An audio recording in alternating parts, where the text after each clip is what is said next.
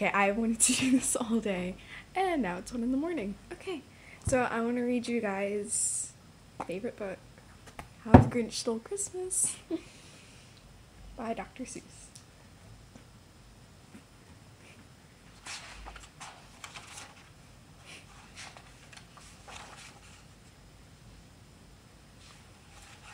For Teddy Owens. Can I be Teddy Owens? Every Who down in Whoville liked Christmas a lot. But the Grinch who lived just north of Whoville did not. The Grinch hated Christmas, the whole Christmas season. Now please don't ask why, no one quite knows the reason. It could be his head wasn't screwed on just right. It could be, perhaps, that his shoes were too tight. But I think that the most likely reason of all may have been that his heart was 2 sizes too small. But whatever the reason, his heart or his shoes, he stood there on Christmas Eve hating the Whos, staring down from his cave with the sour, grinchy frown at the warm lighted windows below in their town, for he knew every Who down in Whoville beneath was busy now hanging a mistletoe wreath. "And they're hanging their stockings," he snarled with a sneer. "Tomorrow is Christmas, it's practically here." Then he growled with his Grinch fingers nervously drumming, "I must find some way to stop Christmas from coming." For tomorrow, he knew, all the Who girls and boys would wake up bright and early. They'd rush for their toys, and then, oh the noise, noise, noise, noise. That's one thing he hated, the noise, noise, noise, noise. Then the Whos, young and old, would sit down to a feast, and they'd feast, and they'd feast, and they'd feast, feast, feast, feast. They would feast on Who pudding and rare Who roast beast, which was something the Grinch could stand in the least. Couldn't stand in the least. Oh, I'm being awkward. And then they'd do something he liked least of all. Every Who down in Whoville, the tall and the small, would stand close together with Christmas bells ringing. They'd stand hand in hand, and the Whos would start singing. They'd sing, and they'd sing, and they'd sing, sing, sing, sing. And the more the Grinch thought of this Who Christmas sing, the more the Grinch thought, I must stop this whole thing. Why, for 53 years I put up with it now. I must stop this Christmas from coming. But how? Then he got an idea, an awful idea. The Grinch got a wonderful, awful idea. Can I just get a tattoo of that? I know just what to do, the Grinch laughed in his throat. And he made a quick Santa Claus hat and a coat. And he chuckled and chuckled. What a great Grinchy trick! With this coat and this hat, I look just like Saint Nick. All I need is a reindeer. The Grinch looked around, but since reindeer are scarce, there was none to be found. Did that stop the old Grinch? No, the Grinch simply said. If I can't find a reindeer, I'll make one instead. So he called his dog Max. Then he took some red thread and he tied a big horn to the top of his head. Didn't anyone else ever feel like really, really bad for Max?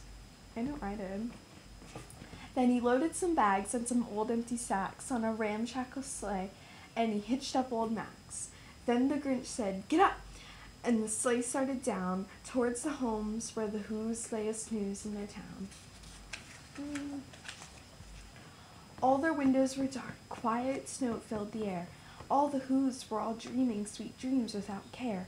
When he came to the first little house in the square, "This is stop number 1, the old Grinchy Claus hissed, and he climbed to the roof, empty bags in his fist.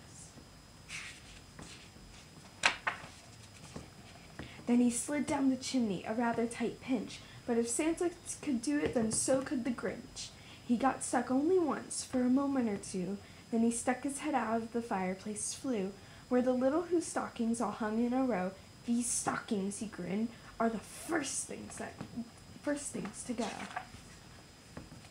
Then he slithered and slunk, with a smile most unpleasant, around the whole room, and he took every present: popguns and bicycles, roller skates, drums, checkerboards, tricycles, popcorn, and plums. And he stuffed them in bags, and the Grinch very nimbly stuffed all the bags, one by one, up the chimbley.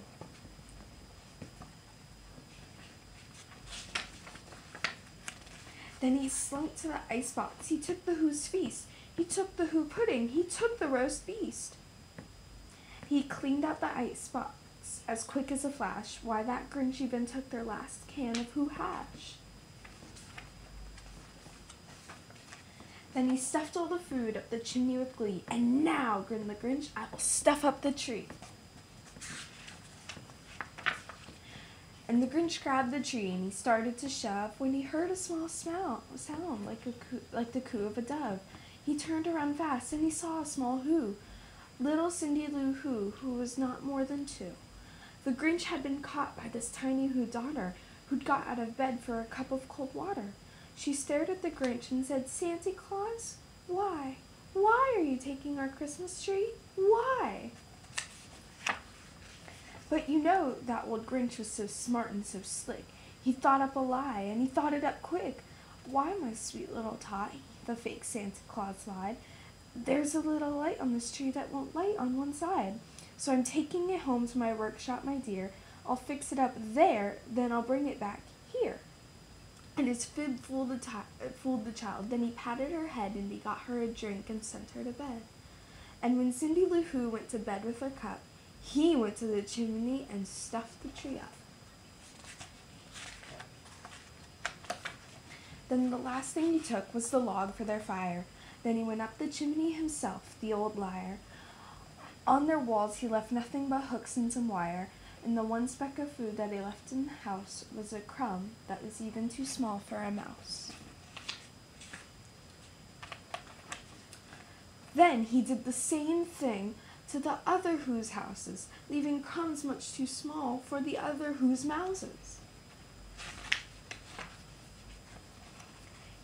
It was 1/4 dawn, all the Who's still abed, all the Who's still a snooze, when he packed up his sled, packed it up with their presents, the ribbons, the wrappings, the tags and the tinsel, the trimmings, the trappings. 3,000 feet up the side of Mount Crumpet, he rode with his load to the tip-top to dump it. "Pooh, pooh to the Who's," he was grinchishly humming. "They're finding out that no Christmas is coming. They're just waking up. I know just what they'll do. Their mouths will hang open in a minute or two. Then the Who's down in Whoville will all cry, boo-hoo." It's just like, I don't give a fuck.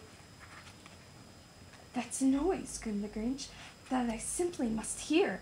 And he paused, and the Grinch put his hand to his ear, and he did hear a sound rising over the snow. It started in low, then it started to grow. But the sound wasn't sad. Why, the sound sounded merry. It couldn't be so, but it was merry, very. He stared down at Whoville. The Grinch popped his eyes. Then he shook. What he saw was a shocking surprise. Every Who down in Whoville, the tall and the small, was singing without any presents at all. He hadn't stopped Christmas from coming. It came. Somehow or other, it came just the same. Oh, little Who's, aw. And the Grinch, with his Grinch feet ice cold in the snow, stood puzzling and puzzling. How could it be so? It came without ribbons, it came without tags, it came without packages, boxes, or bags. And he puzzled 3 hours till his puzzler was sore. Then the Grinch thought of something he hadn't before. Maybe Christmas, he thought, doesn't come from the store. Maybe Christmas, perhaps, means a little bit more. And what happened then? Well, in Whoville, they say, the Grinch's small heart grew 3 sizes that day. And the minute his heart didn't feel quite so tight, he whizzed with his load through the bright morning light, and he brought back the toys and the food for the feast. And he himself, the Grinch, carved the roast beast. And that's the end. Have a Merry Christmas, and it's cool because Hanukkah overlaps this year, so I guess for you, the Grinch stole your menorahs and he brought them back. Bye, guys.